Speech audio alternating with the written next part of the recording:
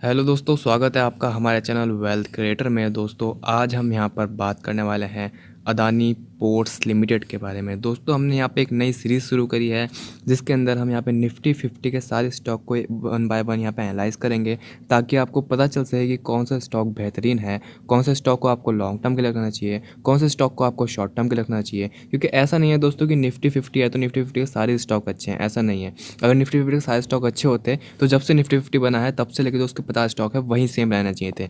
लेकिन निफ्टी 50 को जो भी लगता है कि स्टॉक खराब है उसको बाहर निकाल देता है। ठीक है, तो ताकि आप उस स्टॉक में फंस ना जाए उसके लिए हम यहाँ पे एनालिसिस करने वाले हैं पूरे निफ्टी 50 का। तो चलिए दोस्तों बिना देर करे शुरू करते हैं। सबसे पहले दोस्तों मैं यहाँ पे बात करूँ कि अदानी पोर्ट्स का यहाँ पे प्राइस का चल रहा है तो आप देखते हैं 695 रुपीज़ का यहाँ पे प्राइस चल रहा है। ठीक है, रिसेंटली जो यहाँ पे ग्रोथ दिखी 1% की दिखी। हालांकि 840 तक स्टॉक गया था, उसके बाद यहाँ पे 695 तक स्टॉक कलेक्ट होता हुआ नजर आया। दोस्तों पहले हम यहाँ पे टेक्निकल एनालिसिस करेंगे, उसके बाद हम यहाँ पे फंडामेंटल एनालिसिस करेंगे ताकि जिन लोगों को यहाँ पे फंडामेंटल ऑलरेडी पता है वो टेक्निकल देख सकें और जिनको फंडामेंटल नहीं पता वो पूरी वीडियो को लास्ट तक ज़रूर देखेगा। तो चलिए दोस्तों बिना देर करे शुरू करते हैं। तो दोस्तों मैं यहाँ पे गया चार्ट पर और आप देख सकते हैं प्राइस चल रहा है यहाँ पे 693 के अप्रॉक्सीमेटली। ठीक है, यहाँ पे हमने वन डे कैंडल लगा रखी है, आप यहाँ पे देख सकते हैं वन डे कैंडल लगी हुई है यहाँ पर सारी। दोस्तों यहाँ पे मनी फ्लो की बात करें, मनी फ्लो इंडेक्स कितने का हो रखा है तो आप यहाँ पे देख सकते हैं मनी फ्लो हो रखा है 37.60 का, यानी कि 37 यानी कि ओवरसोल्ड कैटेगरी के आसपास यहाँ पे स्टॉक दिखाई दे रहा है। हालांकि दोस्तों यहाँ पे 50 डे मूविंग एवरेज की बात करें तो 743 का निकल कर आता है, यानी कि अपना 50 डे मूविंग एवरेज यहाँ पे तोड़ चुका है। जो ग्रीन लाइन दिख रही है आपको यहाँ पे तोड़ चुका है और उसके नीचे ही इसने क्लोजिंग दिया, उसके नीचे यहाँ पे स्टॉक चलता हुआ नजर आ रहा है।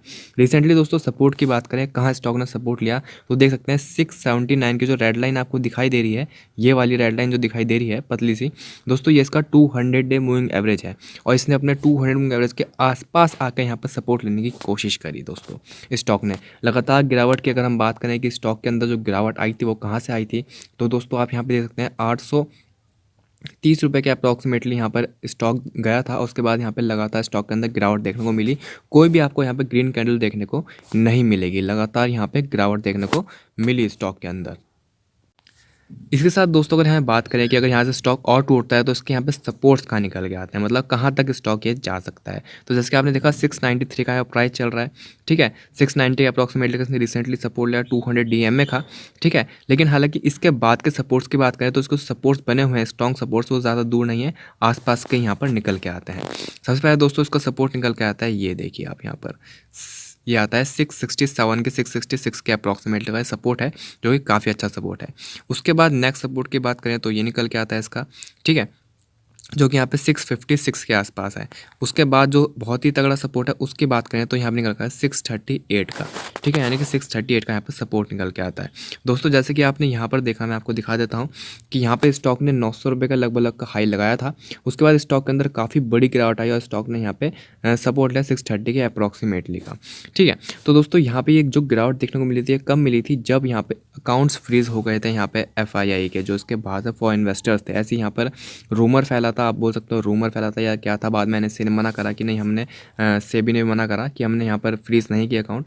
तो उस टाइम की ये बात है कि स्टॉक ने सपोर्ट लिया 630 रुपये पर आके लिया 900 रुपये से। उसके बाद स्टॉक के अंदर फिर यहाँ पे कोई बहुत ज़्यादा हलचल दिखाई नहीं दी। उसके बाद क्या हुआ, उसके बाद म्यांमार कॉन्फ्लिक्ट आ गया यहाँ पे कि म्यांमार में प्रॉब्लम हो गई थी कि सेना के साथ इनका कुछ रिलेशनशिप निकल के आ रहा था। ठीक है, और उसके बाद यहाँ पे आपको देखने को मिला रिसेंटली गिरावट, जो कि रिसेंटली यहाँ पर आई इसके क्वार्टर रिजल्ट के बाद दोस्तों यहाँ पर देखने को मिली है। हालांकि स्टॉक ने यहाँ पे 50 डे मूविंग एवरेज का सपोर्ट लेने की कोशिश कर रही थी। आप यहाँ पे देख सकते हैं कि यहाँ पे इसकी 2-3 कैंडल लगातार 50 डे मूविंग एवरेज का सपोर्ट लेने की कोशिश कर रही थी, पर मार्केट का प्रेशर होने की वजह से स्टॉक वहाँ पर संभल नहीं पाया और नीचे गिरता हुआ नजर आया। क्योंकि इससे पहले भी यहाँ पे 50 डे मूविंग एवरेज का सपोर्ट लिया स्टॉक ने और ऊपर गया था, लेकिन उसके बाद यहाँ पर नहीं ले पाया और यहाँ पर नीचे क्लोजिंग दी स्टॉक ने। अब बात करें दोस्तों इसको बाइंग कब करनी चाहिए। दोस्तों देखो इसको सपोर्ट निकल के आ रहा है, वो कोई बहुत दूर का सपोर्ट नहीं है। 670, 660, 650, 630 तक के यहाँ पे जो सपोर्ट्स निकल के आ रहे हैं कोई बहुत दूर के सपोर्ट्स है नहीं। ठीक है, और साथ ही स्टॉक में 200 डी मूविंग एवरेज के आसपास भी आ चुका है। जैसे मैं आपको बोलता ही हूँ कि यहाँ पे अगर आपने कोई स्टॉक की बाइंग करनी है, अच्छा स्टॉक की बाइंग करनी है, तो उसको 200 DMA के आसपास बाइंग कीजिए और स्टॉक अपने 200 DMA के आसपास यहाँ पे दिखाई दे रहा है। हालांकि बात करें कि इससे पहले 200 DMA के आसपास कब स्टॉक गया था, तो मैं इसको जूम आउट मारता हूँ तो आपको देखने को मिलेगा कि स्टॉक हमेशा अपने 200 DMA के ऊपर ही यहाँ पर चलता हुआ नज़र आ रहा था, ठीक है। और इससे पहले अगर हम बात करें स्टॉक 200 DMA के आसपास कब था, तो आप देखते हैं यहाँ पर दिखाई दे रहा था 200 DMA के आसपास चल रहा था। उसके बाद जो रैली देखने को मिली वो बहुत ही ज़बरदस्त रैली थी स्टॉक के अंदर। और फिलहाल की बात करें तो एक कंसोलिडेशन का फेस है कि पर्टिकुलर प्राइस से लेकर पर्टिकुलर प्राइस तक स्टॉक मूव कर पा रहा है। तो इसके अंदर दोस्तों जैसे कि आपने देखा कि यहाँ पे 200 DMA को टच कर रहा है, इससे पहले यहाँ पे टच किया था, तो यहाँ पे जो प्राइस निकल के आया था अच्छा खासा यहाँ पे ऊपर का पोटेंशियल स्टॉक के अंदर दिखाई दे रहा है कि इस तरह से यहाँ पे स्टॉक अच्छा खासा मूवमेंट आपको दिखा सकता है। पहले दोस्तों इसके रेजिस्टेंस की बात करें तो सबसे पहले रेजिस्टेंस रिसेंटली का रेजिस्टेंस पड़ेगा जो कि इसने अपनी बना चुका है 830 रुपये का। 830 रुपये का पहला रेजिस्टेंस पड़ेगा, ठीक है। उसके बाद उसका अगला रेजिस्टेंस पड़ेगा वो पड़ेगा सीधा 900 रुपये का। और अगर ये दोनों रेजिस्टेंस तोड़ देता है तो दोस्तों स्टॉक यहाँ से बहुत ही ऊपर जाने की उम्मीद रखता है। अब बात करते हैं कि कंपनी कैसी है, कि ऐसा क्यों है कि कंपनी 800 ये जो स्टॉक है 830 रुपये का अपने जो रेजिस्टेंस है उसे तोड़ेगा और 900 रुपये के रेजिस्टेंस को तोड़ेगा। हाँ, तो क्यों तोड़ेगा, क्या ऐसा खास है इस कंपनी का? तो फंडामेंटल की तरफ चलते हैं। सबसे पहले दोस्तों मैं यहाँ पे बात करता हूँ अदानी पोर्ट्स की मार्केट कैप की, कि अदानी पोर्ट कोई छोटी कंपनी नहीं है, अच्छी खासी बड़ी कंपनी है, लार्ज कैप कंपनी है। 1,41,493 करोड़ की यहाँ पे इसकी मार्केट कैपिटलाइजेशन है, ठीक है। करंट प्राइस 693 का चल रहा है, हाई 901 रुपये का लगाया था, लो 347 रुपये का लगाया था एक साल के अंदर। स्टॉक की पी की बात करें तो 26 का पी हो रखा है, और यहाँ पे ROC है 14.1 की है, ROE 17.7% की है, बुक वैल्यू 152 रुपीज़ है, डिविडेंड यील्ड 0.72% है, फेस वैल्यू 2 रुपीज़ है दोस्तों यहाँ पर। तो जैसे कि आपने देखा दोस्तों स्टॉक का पी 26 का यहाँ पे दिखाई दे रहा है, तो क्या ये पी बहुत ज़्यादा हो रखा है? तो वो भी एक बार यहाँ पे देख लेते हैं कि इसका जो पी रेशो निकल के आता है, मीडियन पी रेशो निकल के आता है पिछले 5 साल का, तो निकल के आता है 20.4 का। 20.4 का निकल के आता है, तो यानी कि आप देख सकते हैं कि स्टॉक कोई बहुत ज़्यादा महंगा नहीं मिल रहा।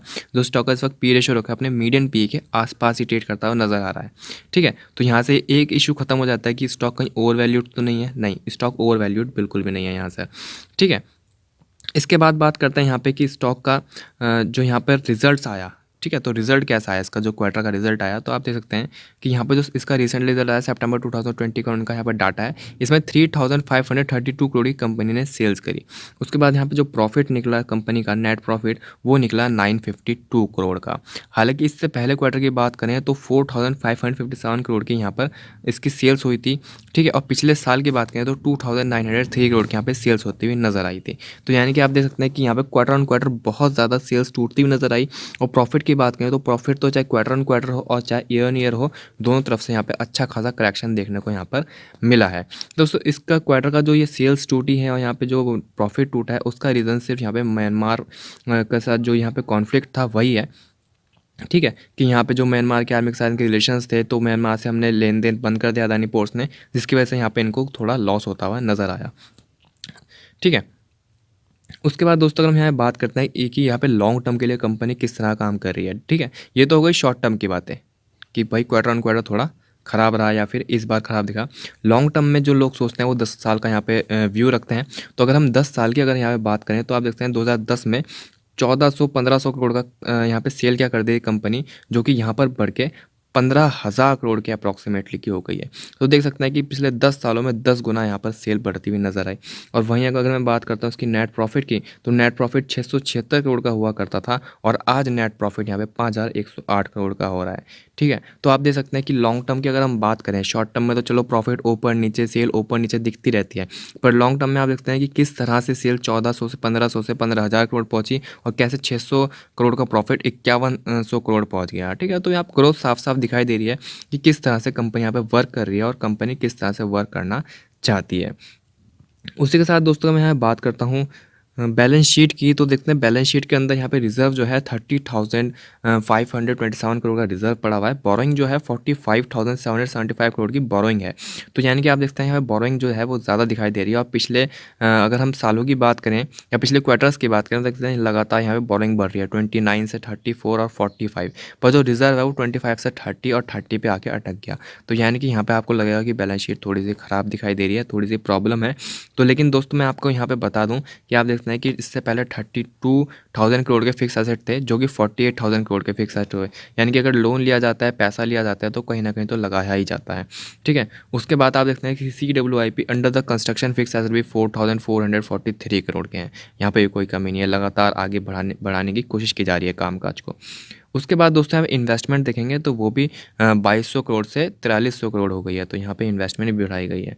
अदर एसेट की बात करें तो अदर एसेट 20,000 करोड़ से 27,000 करोड़ हो गए हैं। तो यहाँ पे इसके पास कैश की अगर हम बात करते हैं, कैश कितना पड़ा हुआ है देख सकते हैं यहाँ पे कैश इक्विवेलेंट 13,000 करोड़ का यहाँ पे कैश पड़ा हुआ है कंपनी के पास। तो आपने देखा कि किस तरह से कैश भी मौजूद है, रिजर्व भी मौजूद है और लगातार फिक्स एसेट भी बढ़ रहे हैं यहाँ पर, ठीक है। CWIP भी है, ठीक है, इन्वेस्टमेंट भी बढ़ रही है। तो ओवरऑल देखा जाए तो बैलेंस शीट कोई ऐसा नहीं है कि बिल्कुल ख़राब है, बिल्कुल मेंटेन कर रखी है बैलेंस शीट, कोई ऐसी दिक्कत वाली बात नहीं है, ना बहुत ज़्यादा ऊपर है और ना बहुत ज़्यादा नीचे है, बिल्कुल एकदम ठीक है लॉन्ग टर्म इन्वेस्टमेंट के लिए, ठीक है। कैश फ्रॉम ऑपरेटिंग एक्टिविटी की बात करें, कैश फ्रॉम ऑपरेटिंग एक्टिविटी यहाँ पे बहुत ज़बरदस्त है, आप देख सकते हैं कि लगातार पॉजिटिव में है पिछले सालों में। उसके बाद दोस्तों यहाँ पर बात करते हैं अगर हम शेयर होल्डिंग पैटर्न की, तो 63.83% की प्रमोटर की होल्डिंग है और वहीं पे एफआई की 15.29% है, डीआई की 15.83% है और पब्लिक को 5% की यहाँ पे होल्डिंग दे रखी है। तो आप देख सकते हैं कि 95% जो होल्डिंग है वो बहुत ही स्ट्रॉन्ग हैंड्स में है, पब्लिक को सिर्फ 5% देकर यहाँ पर टरका रखा है, भैया 5% रखो और साइड हो जाओ। तो देखो अगर ये कंपनी इतनी ही ख़राब होती है, इतनी बेकार होती, तो यहाँ पे एफआई 15%, 15.5% ना लेके बैठते, डीआई 15.5%, 16% ना लेके बैठते, प्रमोटर के पास यहाँ पे नहीं होनी चाहिए थी, ठीक है। कई बार रिटेलर्स क्या करते हैं या फिर हम लोग क्या करते हैं कि ऐसी जगह पर पैसा लगा देते हैं जहाँ पे सारा ये जो होल्डिंग है 95% होल्डिंग, 100% होल्डिंग पब्लिक के पास होती है, ना उसमें एफआई की हिस्सेदारी होती है, ना डीआई की हिस्सेदारी होती है, ना प्रमोटर की हिस्सेदारी होती है, सारा पब्लिक के पास होता है। उसके बाद भी लोग कई बार वीडियोस बनाते और कहते हैं बहुत बढ़िया कंपनी है। दोस्तों ऐसा नहीं होता, जब तक होल्डिंग आपके पास पब्लिक के पास जो है कम से कम दिखाई ना दे, कम से कम यानी कि ज़्यादा सिर्फ 20% पब्लिक के पास अगर होल्डिंग दिखाई देती है, 20 से 30% तो चल जाता है, पर 70% कम से कम प्रमोटर एफआई और डीआई के पास होनी चाहिए। और इस कंपनी की बात करूँ तो यहाँ पे 95% होल्डिंग यहाँ पे प्रमोटर एफआई और डीआई के पास है। तो यहाँ पे एक चीज़ क्लियर हो जाती है, कंपनी बहुत बेहतरीन है, क्योंकि देखो कूड़े में पैसा एफआई और डीआई नहीं लगाते हैं, ना ही प्रमोटर यहाँ पे ऐसी अगर कंपनी ख़राब होगी तो प्रमोटर भी नहीं टिकेगा, ठीक है। तो दोस्तों ये कंपनी बहुत ही अच्छी है, बहुत ही बेहतरीन है। आपने बस क्या करना है कि सही प्राइस पे यहाँ पे बाइंग अगर करनी है तो आप कर सकते हैं। बस एक बार खुद भी यहाँ पर रिसर्च ज़रूर कीजिएगा, ताकि आपको भी रिसर्च करना आए यहाँ पर, और इसके जो चार्ट्स हैं उनको भी एक बार एनालाइज करके या फिर अपने फाइनेंशियल एडवाइजर पूछ के ही यहाँ पर जो भी आगे स्टेप लेना है वो लीजिएगा दोस्तों। इसी के साथ दोस्तों मैं यहाँ पे 2030 तक की थोड़ी सी आपको एक बात बता देता हूँ कि यहाँ पर जो अदानी पोर्ट की तरफ से कमेंट्स आया था कि हम क्या करना चाहते हैं 2030 तक, तो वो भी आपको मैं दिखा देता हूँ। तो आप देख सकते हैं कि यहाँ पे Adani aims to become world's top port operator by 2030। तो यानी कि जो यहाँ पे अदानी पोर्ट्स के सीईओ हैं, उन्होंने अपने इंटरव्यू में बोला था कि वो 2030 तक अदानी पोर्ट्स को वर्ल्ड्स का टॉप पोर्ट ऑपरेटर बना देंगे। और आप तेज़ी भी दे सकते हैं कि किस तरह से यहाँ पे लगातार पोर्ट्स की बाइंग करी जा रही है। तो इसमें कोई शक नहीं है कि जो अदानी है वो एक भयंकर बिजनेसमैन है, एक ज़बरदस्त बिजनेसमैन है और बहुत ही अच्छा जो उनका स्कोप है, जो आगे का नज़रिया है देखने का 10 साल 20 साल के हिसाब से, वो बहुत ही अच्छा है। तो दोस्तों यहाँ पे लॉन्ग टर्म इन्वेस्टर्स के लिए ही ये वीडियो है, ठीक है। लॉन्ग टर्म इन्वेस्टर्स ने अगर यहाँ पे बाइंग करनी है तो आप यहाँ पे कर सकते हो। प्राइस मैंने आपको बता दिया और अपना एक बार रिसर्च जरूर कर लेना, उसके बाद ही यहाँ पे आगे स्टेप्स लेने की सोचेगा। दोस्तों वीडियो अगर अच्छे लगे तो लाइक कर देना और चैनल को सब्सक्राइब भी कर देना। मिलते हैं जल्दी अगली वीडियो में।